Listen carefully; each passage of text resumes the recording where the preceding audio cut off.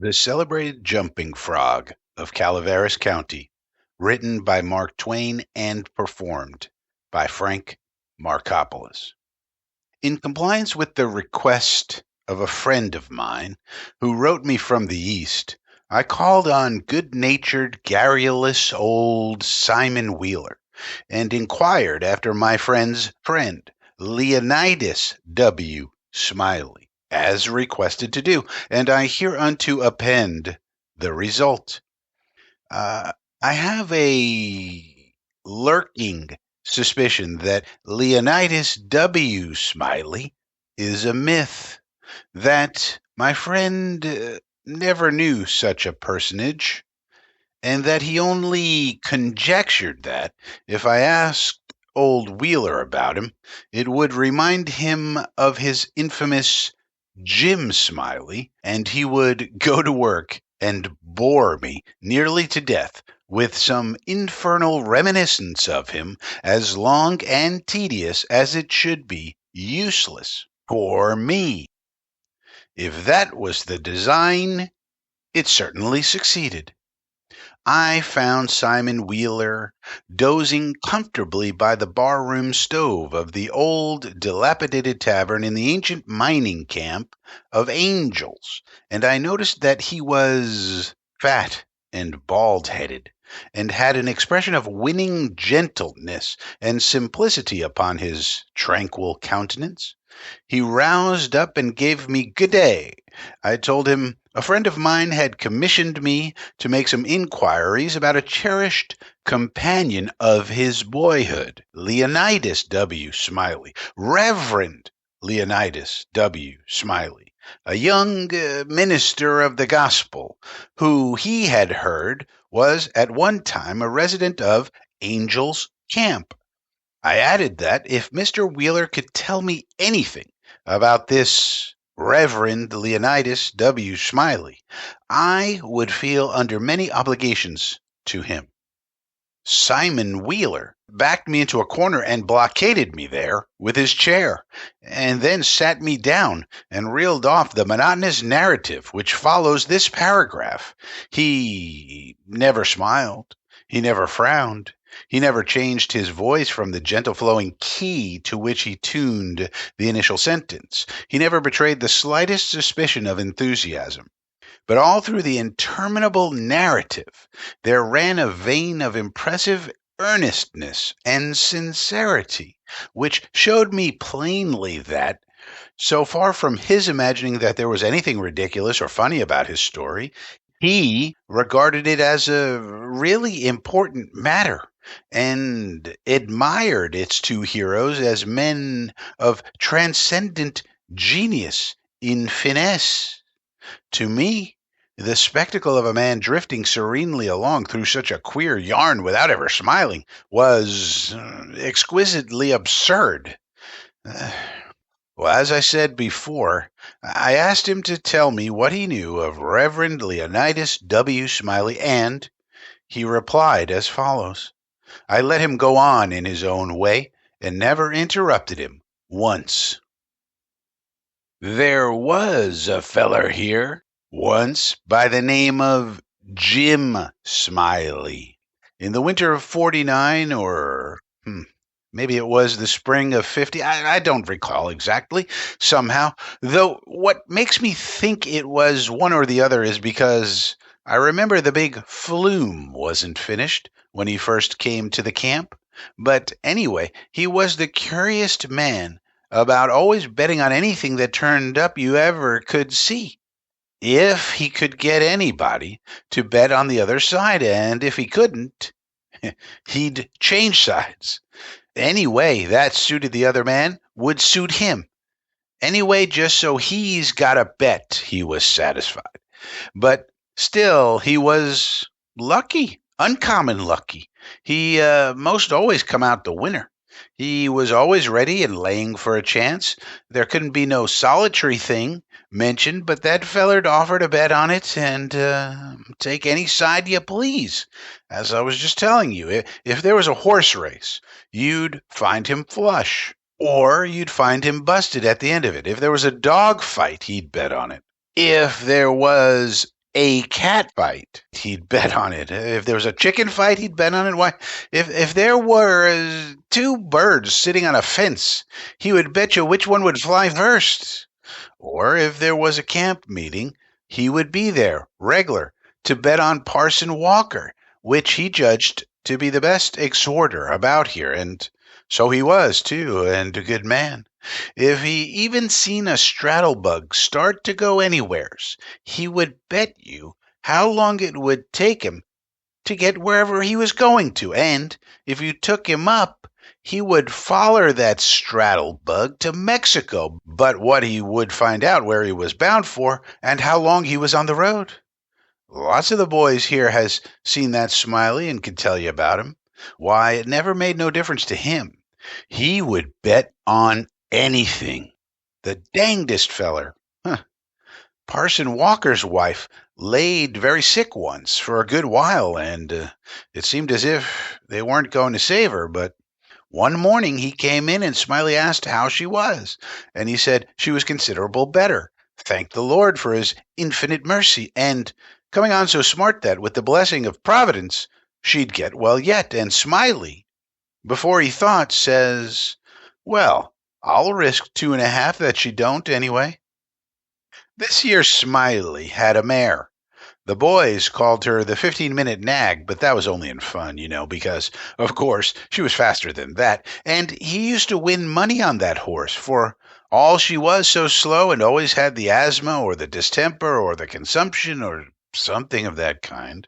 They used to give her 200 or 300 yards start and then pass her underway, but always at the fag end of the race she'd get excited and desperate like, and come cavorting and straddling up and scattering her legs around limber, sometimes in the air and sometimes out to one side amongst the fences, and kicking up more dust and raising more racket with her coughing and sneezing and blowing her nose, and always fetch up at the stand just about a neck ahead, as near as you could cipher it down.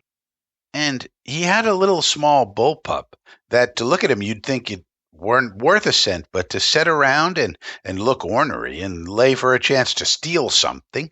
But as soon as the money was up on him, he was a different dog. His underjawed began to stick out like the forecastle of a steamboat, and his teeth would uncover and shine savage like the furnaces, and a dog might tackle him and bullyrag him and bite him and throw him over his shoulder 2 or 3 times. And Andrew Jackson, which was the name of the pup, Andrew Jackson, would never let on but what he was satisfied and hadn't expected nothing else, and the bets being doubled and doubled on the other side all the time till the money was all up, and then all of a sudden he would grab that other dog just by the jint of his hind leg and freeze to it. Not chaw, you understand, but only just grip and hang on till they throwed up the sponge, if it was a year. Smiley always come out a winner on that pup till he harnessed a dog once that didn't have no hind legs because they'd been sawed off by a circular saw, and when the thing had gone along far enough and the money was all up and he come to make a snatch for his pet Holt, he saw in a minute how he'd been imposed on and how the other dog had him in the door, so to speak, and he peered surprised, and then he looked sorter discouraged like and didn't try no more to win the fight, and so he got shucked out bad. He give Smiley a look as much as to say his heart was broke, and it wasn't his fault for putting up a dog that hadn't no hind legs for him to take hold of, which was his main dependence in a fight, and then he limped off a piece and laid down and died. It was a good pup, was that Andrew Jackson, and would have made a name for himself if he'd lived, for the stuff was in him, and he had genius. I know it because he hadn't no opportunities to speak of, and it don't stand to reason that a dog could make such a fight as he could under them circumstances if he hadn't no talent. It always makes me feel sorry when I think of that last fight of his'n and the way it turned out. Well, this year Smiley had rat terriers and chicken cocks and tomcats and all them kind of things till you couldn't rest, and you couldn't fetch nothing for him to bet on, but he'd match you. He catched a frog one day and took him home and said he'd calculated to educate him. And so he never done nothing for 3 months but set in his backyard and learn that frog to jump. And you bet he Did learn him, too. He'd give him a little punch behind, and the next minute you'd see that frog whirling in the air like a donut. See him turn one somerset, or maybe a couple, if he got a good start, and come down flat-footed and all right, like a cat. He got him up so in the matter of catching flies and kept him in practice so constant that he'd nail a fly every time as far as he could see him.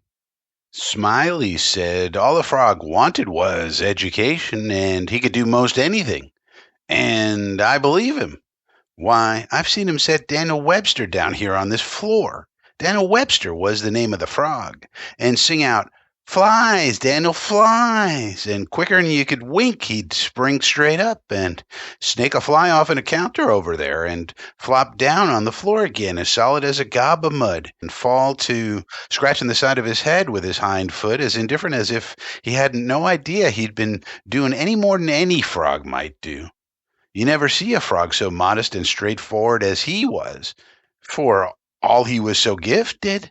And when it come to fair and square jumping on a dead level, he could get over more ground at one straddle than any animal of his breed you ever see. Jumping on a dead level was his strong suit, you understand. And when it come to that, Smiley would ante up money on him as long as he had a red.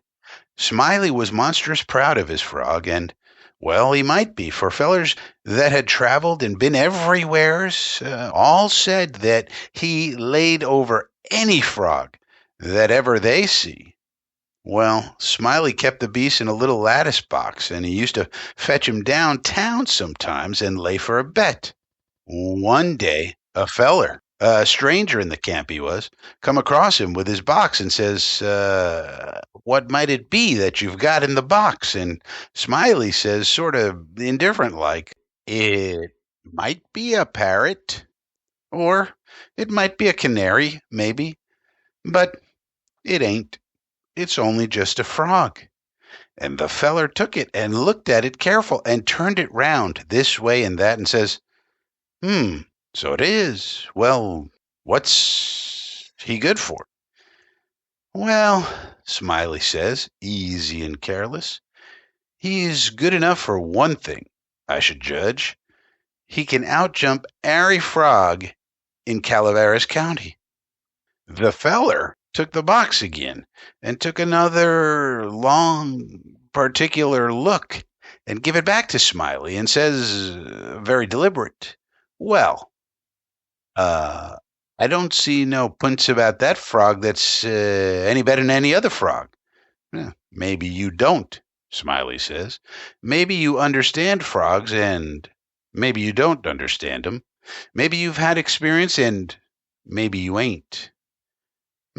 Only a amateur, as it were. Anyways, I've got my opinion, and I'll risk $40 that he can outjump any frog in Calaveras County." And the feller studied a minute and then says, kinder sad like, "Well, I'm only a stranger here, and I ain't got no frog. But if I had a frog, I'd bet you." And then Smiley says, "Well, that's all right. That's all right. If you'll hold my box a minute, I'll go and get you a frog." And so the feller took the box and put up his $40 along with Smiley's and set down to wait. So he sat there a good while, thinking and thinking to hisself, and then he got the frog out and prized his mouth open and took a teaspoon and filled him full of quail shot, filled him pretty near up to his chin, and set him on the floor.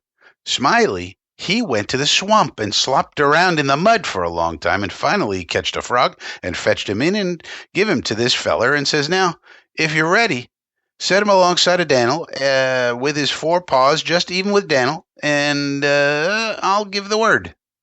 Then he says, "1, 2, 3, jump." And him and the feller touched up the frogs from behind, and the new frog hopped off, but Daniel didn't give a heave, and histed up his shoulders so, like a Frenchman. But it wasn't no use. He couldn't budge. He was planted as solid as an anvil, and couldn't no more stir than if he was anchored out. Smiley was a good deal surprised, and he was disgusted too, but he didn't have no idea what the matter was, of course. Well, the feller took the money and started away, and when he was going out at the door, he sorter jerked his thumb over his shoulders this way at Daniel and says again, very deliberate, "Well, I don't see no punch about that frog that's any better than any other frog."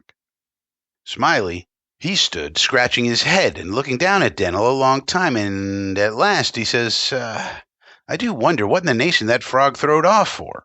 I wonder if there ain't something the matter with him. He appears to look mighty baggy somehow."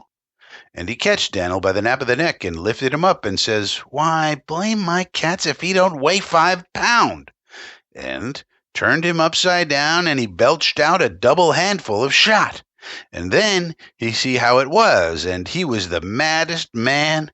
He set the frog down and took out after that feller, but he never catched him. And here Simon Wheeler heard his name called from the front yard and got up to see what was wanted. And turning to me as he moved away, he said, "Just set where you are, stranger, and rest easy. I ain't going to be gone a second." But by your leave, I did not think that a continuation of the history of the enterprising vagabond, Jim Smiley, would be likely to afford me much information concerning the Reverend Leonidas W. Smiley, and so I started away. At the door, I met the sociable Wheeler returning, and he buttonholed me and recommenced. "Well, this year Smiley had a yaller, one-eyed cow that didn't have no tail, only just a short stump like a banana, and—" "Oh, hang Smiley and his afflicted cow," I muttered good-naturedly, and bidding the old gentleman good day, I departed. The end.